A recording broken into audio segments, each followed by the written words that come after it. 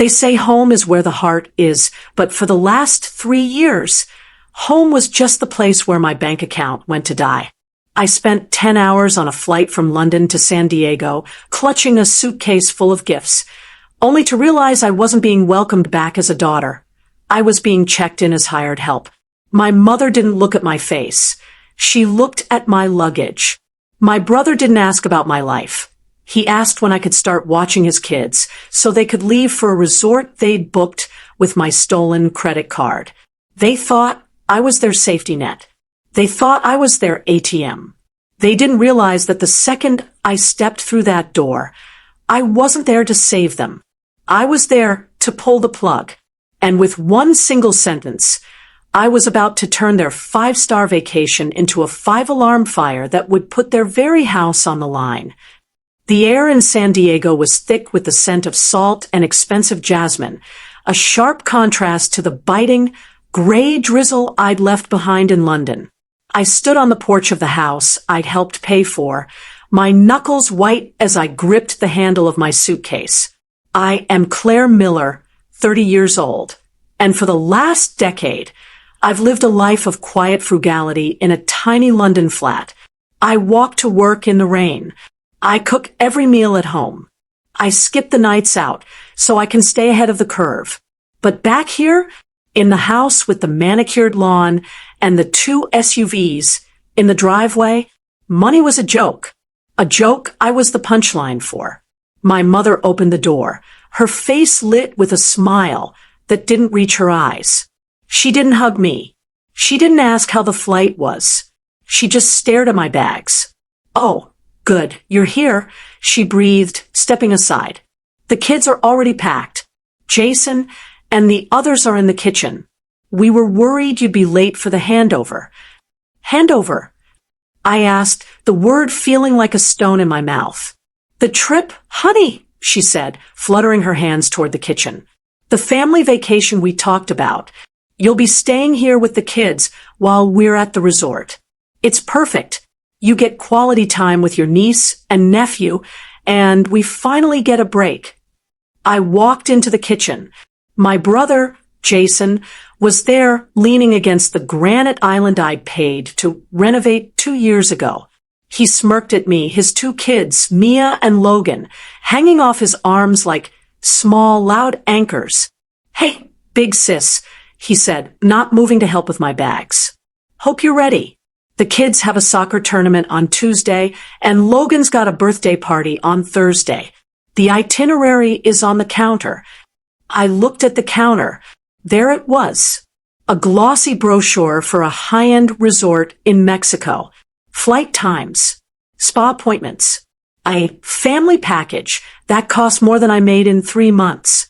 And right there, at the bottom of the confirmation email sitting open on my mother's phone, were the last 4 digits of my primary credit card. Something inside me, a thread that had been pulled tight for 3 long years, finally snapped. It didn't make a sound. It was just a cold, sudden stillness. "Can you get everyone into the dining room?" I asked, my voice terrifyingly calm. "I have a few things to say before anyone leaves for the airport." 2 weeks before that 3 a.m. FaceTime call where my mother sobbed about family unity, the groundwork for this explosion had already been laid. For 3 years, I had been the Miller family's secret weapon. It started small. Just this once for my dad's knee surgery copay. Then just this once to consolidate Jason's credit card debt after his 3rd failed e-commerce empire collapsed. Then the water heater broke. Then the property taxes were overdue. Every time I wired the money, and every time I'd log onto Instagram a week later to see my mother posting photos of Sunday brunch at the harbor or Jason showing off a new set of tires for his truck. I was living on ramen in a London winter, so they could live a California dream they hadn't earned. But I had stopped being a victim months ago. I had started a folder. The Miller household. Every Zelle transfer. Every PayPal receipt. Every "thank you, honey, we'll pay you back" text that was never followed by a dime. I had it all. But the final straw was the email I'd received from the bank 3 weeks ago. Important documents regarding your home loan. Inside was a notice addressed to Gary Miller and Clare Miller, co-borrowers. Years ago, when I was 22 and naive, they'd asked me to co-sign to get a better rate. They told me it was just a formality. They told me I'd never be responsible. But now, as a 30-year-old woman who understood the world, I saw the truth. They hadn't just leaned on me. They had tied my financial throat to their sinking ship. And they were missing payments. My credit score in the States was plummeting because they were too busy buying resort packages to pay the mortgage on time. They sat in the dining room, looking annoyed. Dad took his usual spot at the head of the table, his arms crossed. Mom hovered near the door, clutching that glossy resort itinerary like a holy relic. Jason was still scrolling through his phone, completely oblivious to the fact that the floor was about to vanish beneath him. I made a list, I said, opening my laptop and turning the screen toward them. A massive spreadsheet filled the screen. Rows of red and black. Dates. Times. Amounts. Last March, I began, my voice steady. You called me crying because the mortgage was 2 months behind. I wired $1,200. In June, Jason's business expenses maxed out his cards. I sent $2,500 when the water heater broke. $900 when Dad needed truck tires. $600. I scrolled down slowly. The room went silent. The only sound was the ticking of the clock on the wall and the muffled sound of the kids playing in the other room. I've tracked the comforts too, I continued. The streaming services I pay for but don't use. The family phone plan. The emergencies that ended up being weekend getaways. In the last 36 months, I have sent this house just over $60,000. This isn't fair, Mom whispered, her face turning a blotchy red. You're making us look like bad people. We're family, Claire. We needed you. I'm not making you look like anything, I said. I'm just showing you the math. And the math says that I have been working 2 jobs in a foreign country to fund a lifestyle for people who won't even hug me when I walk through the door. You don't put family in debt like that, Dad barked, slamming his hand on the table. That money was a gift. You gave it because you love us. No, I said, leaning forward. I gave it because you lied. You told me you were drowning. But you weren't drowning. You were just using my lungs to breathe while you went for a swim. I clicked to a new tab on my laptop. The logo for the Vista Del Mar resort filled the screen. About your trip, I said. Mom brightened for a split second, thinking I was over my tantrum.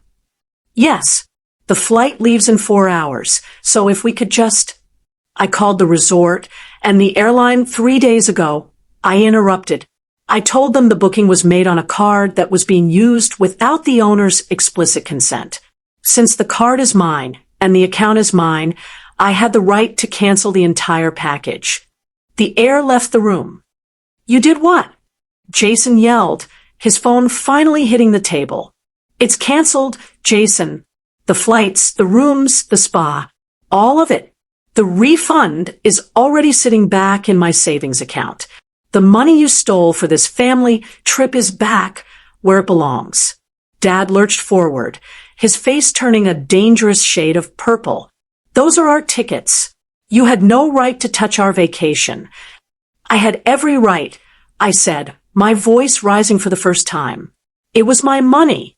If you want to go to Mexico, buy your own tickets. But you can't, can you? Because Jason is broke, and Mom spent the utility money on brunch, and you, Dad, haven't checked the mortgage balance in 6 months. I pulled a thin stack of papers from my bag and slid them across the granite island. This is my notice, I said. As of this moment, I am stopping every automatic payment. The internet, the phone plan, the Netflix account you all use, it's all being cut off today. And as for this house, I looked at my father. I've spoken to a financial advisor. Being a co-borrower means I carry your risk. Every time you miss a payment, you're stealing my future. I'm filing to have my name removed from the deed and the loan. If you can't qualify for the mortgage on your own, the bank will require a refinance. And if you can't refinance, you'll have to sell. You're a monster, Mom sobbed, burying her face in the resort brochure. We have nowhere to go. You're going to put your own parents on the street. No, I said, standing up and grabbing the handle of my suitcase. You put yourselves on the street the moment you decided my only value was my credit limit. I'm 30 years old, and I've been living like a pauper to keep you in luxury. I'm done. Get out. Dad roared, pointing toward the door. If you walk out that door after this little performance, don't you ever bother coming back. You aren't part of this family anymore. Dad, I said, looking at him with pity. I haven't been part of this family for years. I've just been the landlord you forgot to pay. I walked out. I didn't look back at the kids. I didn't look back at the sobbing mother or the brother who was already trying to figure out which friend he could borrow money from next. I ordered a rideshare and gave them an address I'd never shared with my family. 15 minutes later, we pulled up to a modest, modern glass building. 6 months ago, I'd taken a leap of faith. I'd used my bonus from work to put a down payment on a tiny, one-bedroom condo in San Diego. I hadn't told them. I knew if I did, they'd find a way to make me pay for their lives with it. The condo was empty. A mattress on the floor, 2 boxes of books, and the quiet hum of a refrigerator. I sat on the floor, opened my laptop, and began the final phase. Disney Plus, canceled. Hulu, canceled. Family Spotify, canceled. With every click, I felt a cord around my chest loosen. I wasn't bleeding for them anymore.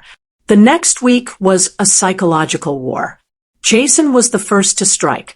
He posted a photo of his kids sitting on the porch of their house with a caption that read, "Our loving aunt flew across the ocean just to cancel their Christmas and try to take their home. Some people choose money over blood. We're heartbroken." The comments poured in. People who didn't know the truth called me greedy, cold, and selfish. For a moment, the old guilt flared up. I wanted to scream. I wanted to post the spreadsheet for the whole world to see. Instead, I followed my advisor's advice. I documented everything. I sent the bank the records of my transfers over the last 3 years to prove that I was the primary source of funds for the mortgage. The reality of their situation hit them faster than they expected. Without my top-ups, the power bill went unpaid. The internet was cut off. The bank sent a formal notice of intent to accelerate the loan because Gary and Jason couldn't come up with the $3,000 needed to bring the account current. The Sunday brunches stopped. The social media posts went dark. The fog I'd been funding for 3 years finally lifted, and they were left standing in the cold light of their own consequences. A year later, the distance had become our new normal. I stayed in San Diego, working for a local firm, finally building a life that didn't involve international wire transfers. One rainy Tuesday, there was a knock on my condo door. I looked through the peephole and saw my mother. She wasn't wearing her full glam brunch makeup. She looked older. Her hair was pulled back in a simple ponytail, and she looked tired. I opened the door. We stood there in silence for a long time. "I didn't know it looked like this," she said softly, looking around my small, tidy home. "I always pictured you in something bigger, with all that London money." "This is what I can afford, Mom," I said, "when I'm not paying for 2 households." She winced. She reached into her bag and handed me a small, plain envelope. "What's this?" "A check," she murmured. "It's not much. $500. I sold some of my jewelry, and Jason is working a second job at a warehouse. We had to sell the SUVs. We moved into a smaller place last month. The house is gone, Claire. My throat tightened. The loss of the family home should have hurt, but all I felt was a profound sense of relief. The weight was finally off my shoulders. Your father still won't talk to you, she whispered. He says you betrayed us. But I saw the letters from the bank. I saw the statements you sent. We did use you, Claire. I let it happen because it was easier than facing the truth about our own spending. I don't hate you, Mom, I said, but I'm not your safety net anymore. If I see you, it's because I want to, not because there's a bill due. Could you come for Christmas? She asked, her voice cracking. Just dinner. No money talk. No surprises. The kids miss you. Maybe, I said, but only if everyone understands. I'm not the rich aunt from London anymore. I'm just Claire. After she left, I sat on my thrift store couch and looked at the check. I didn't cash it. I didn't need the money. I just needed the proof that the current had finally reversed. I blocked my father's number that night. I blocked Jason's profile, too. I didn't need to see the wounded speeches or the vague posting about loyalty. Here is what I learned. Real family survives your boundaries. Users don't. I didn't choose money over blood. I chose to stop bleeding so they could stay warm. And as I sat in the quiet of my own home, a home I owned, a home that was stable, a home that was mine, I realized that the best Christmas gift I ever gave myself was the courage to say, no, justice doesn't always come with a gavel. Sometimes it just looks like a canceled flight and a quiet room. I am Clare Miller. I am 31 years old. And for the first time in my life, I am not afraid of the dark. If this story stirred something inside you, don't scroll away in silence. Tap like. It tells us these stories deserve to be told. Subscribe to Vengeful Goddess for unforgettable tales of betrayal, resilience, and justice, stories you won't hear anywhere else. Turn on the bell icon so the next story reaches you the moment it drops. Your support keeps these voices alive, because sometimes revenge isn't loud. Being heard is.